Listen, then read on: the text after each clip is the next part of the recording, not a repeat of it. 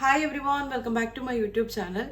അപ്പോൾ നമുക്ക് ഇന്ന് സംസാരിക്കാനുള്ളത് ബിഗ് ബോസിൽ ലാസ്റ്റ് നമ്മൾ ബിഗ് വീക്ക് സസ്പെൻഷനിൽ ആരൊക്കെയാണ് രണ്ടുപേരാണ് ഡെഡ് സോണിലേക്ക് പോകുക എന്ന് പോകുമെന്ന് നമ്മൾ പറഞ്ഞിട്ടുണ്ടായിരുന്നു. അപ്പോൾ ആരൊക്കെയാണ് പോയത്, അതെങ്ങനെയാണ് പോയതെന്നുള്ളതാണ് ഈ വീഡിയോ ഫുള്ള് ഞാൻ പറയാൻ പോണത്.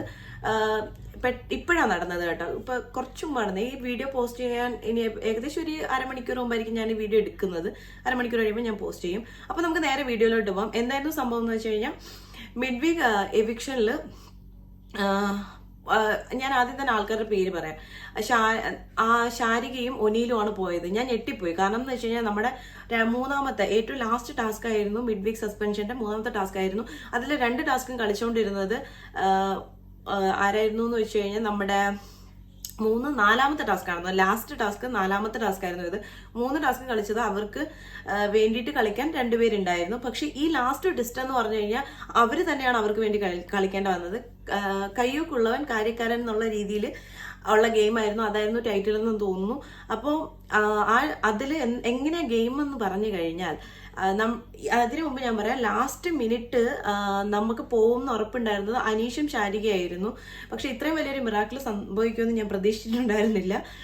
അനീഷ് പോയി കഴിഞ്ഞാൽ കണ്ടന്റിന് ക്ഷാമം വരും. കാരണം വെച്ചാൽ മിക്കതിനും തിരികൊളുത്തുന്നത് അനീഷ് തന്നെ ആയതുകൊണ്ട് കണ്ടന്റിന് ക്ഷാമം വരും, അങ്ങനെയൊക്കെയുള്ള തോട്ടുണ്ടായിരുന്നു എനിക്ക്. അപ്പോൾ ഗെയിം എന്തായിരുന്നു എന്ന് ഞാൻ ഇപ്പൊ തന്നെ പറയാം. ലാസ്റ്റിലത്തെ ഗെയിം അതായത് ഇവര് 6 പേര്, മിഡ് വീക്ക് സസ്പെൻഷനുള്ള 6 പേരും ഇങ്ങനെ നിരന്ന് നിൽക്കും. സോറി, അവർ തൊട്ടടുത്ത് തന്നെ ഒരു ഇതില് ബൗള് വെച്ചിട്ടുണ്ടാവും. അതിൽ അവരുടെ സ്കോറിന്റെ അനുസരിച്ചുള്ള സ്റ്റോൺസ് ഉണ്ടാവും. ഇപ്പൊ 6 പോയിന്റ് ഉള്ളവർക്ക് 6 സ്റ്റോൺ, 13 പോയിന്റ് ഉള്ളവർക്ക് 13 സ്റ്റോൺ എന്നിങ്ങനെ വെച്ചിട്ടുണ്ടാവും. അവർ അവിടെ തന്നെ നിൽക്കും. അതിന് നേരെ ഓപ്പോസിറ്റ് കുറച്ച് ദൂരം മാറിയിട്ട് എന്തെങ്കിലും ഒരു ഗ്രീൻ ബട്ടൺ ഉണ്ടാവും. അത് ബസർ അടിക്കുമ്പോഴത്തേക്കിനും ഓടി വന്ന് ആരാണോ മുമ്പേ പ്രസ് ചെയ്യുന്നത് അവർക്കാണ് ആ ഗെയിം കളിക്കാൻ പറ്റുക. ഇങ്ങനെ 2 പ്രാവശ്യമാണ് ഗെയിം കളിക്കാൻ പറ്റുന്നത്. അപ്പോൾ ഫസ്റ്റ് വന്ന് അടിച്ചതിന് ശേഷം കുറച്ചു നേരം നിൽക്കുക. അടുത്ത ബസർ അടിക്കുമ്പോഴത്തേക്കിന് ഇവര് പോയിട്ട് ഇവരിൽ ആരുടെ, അതായത് ഇവര് ഓപ്പോസിറ്റ് വന്നല്ലോ, അപ്പോൾ ഓപ്പോസിറ്റ് നിൽക്കുന്ന ആരുടെ വേണമെങ്കിലും സ്റ്റോൺ ഇവർക്ക് എടുക്കാം. അങ്ങനെ അവര് എടുക്കുമ്പോൾ അനങ്ങാൻ നിൽക്കാനേ പറ്റത്തുള്ളൂ, അങ്ങനെ ഇത് ചെയ്യാൻ പറ്റില്ല. അപ്പോൾ എടുത്തോണ്ട് വന്നിട്ട് ഈ ബസർ അടിക്കുന്നതിന്റെ തൊട്ടടുത്തൊരു ബൗളുണ്ട്, അവിടെ കൊണ്ടുവന്ന് ഇടുക.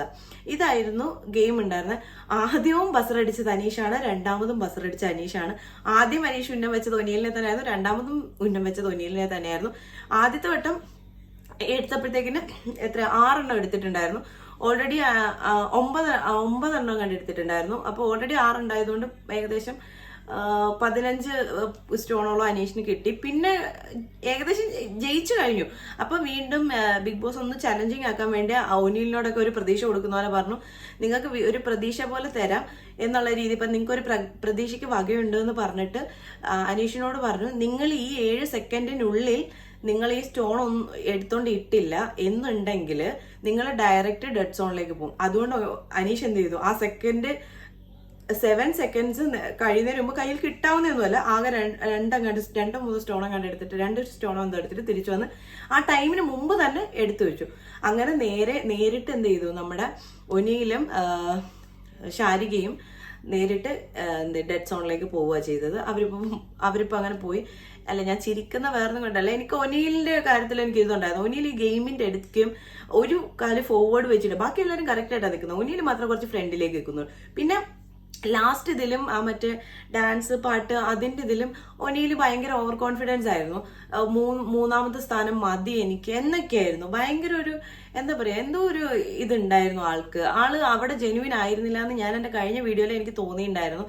അതിന്റെ സംസാരത്തിൽ നിങ്ങൾക്ക് മനസ്സിലാവും, കാണുന്നവർക്കാണെങ്കിൽ മനസ്സിലാവും. അപ്പോൾ ഒനീല് പോയപ്പോൾ എനിക്ക് കുഴപ്പമില്ലായിരുന്നു. കാരണം ജെന്യുവിൻ അല്ലാത്തൊരു കളിയായിരുന്നു ശാരികയും ഒനീലും ഒക്കെ കഴിഞ്ഞ ഗെയിമിൽ കളിച്ചത്. അപ്പൊ അതുകൊണ്ട് എന്താ അവര് തന്നെ ഇപ്രാവശ്യം ഡെഡ് സോണിലേക്ക് പോകേണ്ട വന്നു. എന്തായാലും ഈ ഗെയിം അടിപൊളിയായിരുന്നു, എനിക്ക് ഭയങ്കരമായിട്ട് ഇഷ്ടപ്പെട്ടു. എന്തായാലും അനീഷ് സേഫായിട്ട് നിന്നിട്ടുണ്ട്, കുഴപ്പമില്ല. എന്നും പറഞ്ഞാൽ എനിക്ക് അനീഷിനെ ഭയങ്കര ഇഷ്ടമാണെന്നല്ല, അനീഷിനെ എനിക്ക് ഇഷ്ടമാണ്, അക്ബറിനെ ഇഷ്ടമാണ്, ഷാനവാസിനെ ഇഷ്ടമാണ്, എല്ലാവരും ഇഷ്ടമാണ്, കളിക്കുന്ന എല്ലാവരും എനിക്ക് ഇഷ്ടമാണ്. പക്ഷെ ഈ ഗെയിമിൽ നല്ലൊരു സ്പോർട്സ്മാൻ സ്പിരിറ്റ് ഉണ്ടായിരുന്നു, എല്ലാവർക്കും ഒരു ആവലാതി ഉണ്ടായിരുന്നു. ലൈവ് ആയതുകൊണ്ട് തന്നെ നമുക്ക് കുറച്ച് എന്താ പറയാ, കുറച്ച് ടെൻഷൻ ഉണ്ടായിരുന്നു, അതൊക്കെ ഉണ്ടായിരുന്നു. അപ്പോൾ എന്തായാലും നല്ല രീതിയിൽ പോയി, കുഴപ്പമൊന്നും ഉണ്ടായിരുന്നില്ല. അപ്പോൾ നിങ്ങൾക്ക് ഈ വീഡിയോ ഇഷ്ടപ്പെടുകയാണെങ്കിൽ ഞാൻ ആദ്യം പറഞ്ഞ പോലെ തന്നെ ലൈക്ക്, ഷെയർ, സബ്സ്ക്രൈബ്, പിന്നെ നിങ്ങളുടെ അഭിപ്രായങ്ങൾ കമന്റ് ചെയ്യുക. അപ്പോൾ ഓക്കെ, ബൈ.